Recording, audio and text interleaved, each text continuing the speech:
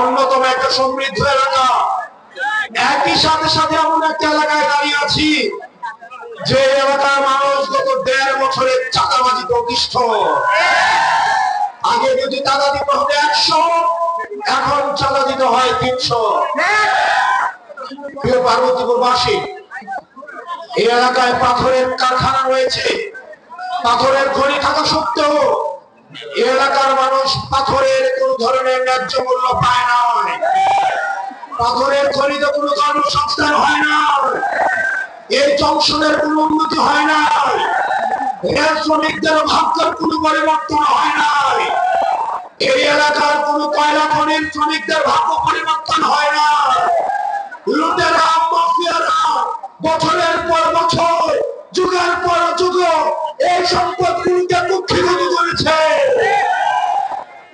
প্রিয় পার্বতীপুরবাসী, এখন সময় এসেছে পরিবর্তনের। এই ত্রয়োদশ সংসদ নির্বাচন পরিবর্তনের নির্বাচন। বাংলাদেশ এখন স্পষ্টতই ২ ভাগে বিভক্ত। এক ভাগ ভারতীয় গোলামি করার জন্য অপেক্ষা করছে, আরেক পক্ষ আজাদির আকাঙ্ক্ষায় বসে আছে।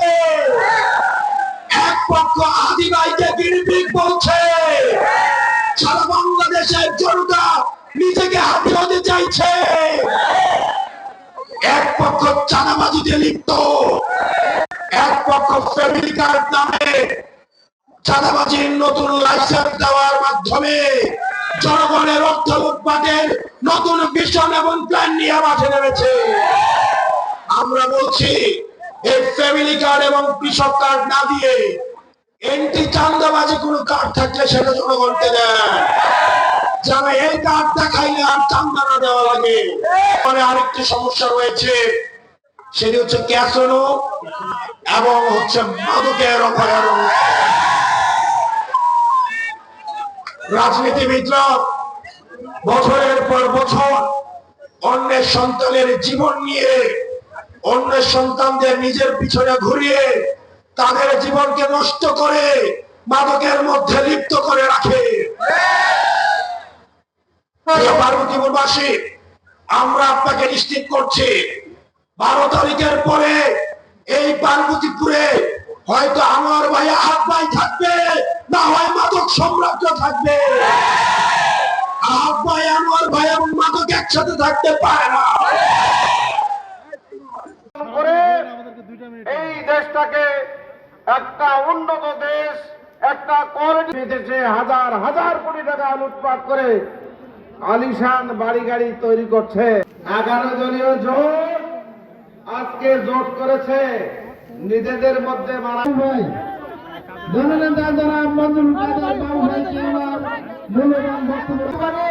উন্নত হয়নি। আমি আপনাদেরকে বলতে চাই, এখানে যারা আপনার করি যদি মনে করে এই 54 বছর কর্মী এর সাথে লবিং করে যাইতে হবে। আমরা কি আর কোনো লবিং করার এমপি চাই?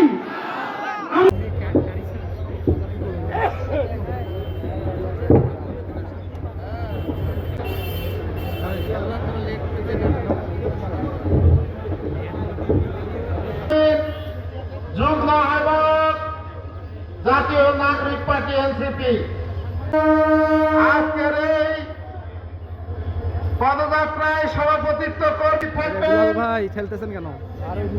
বাংলাদেশ জামায়াত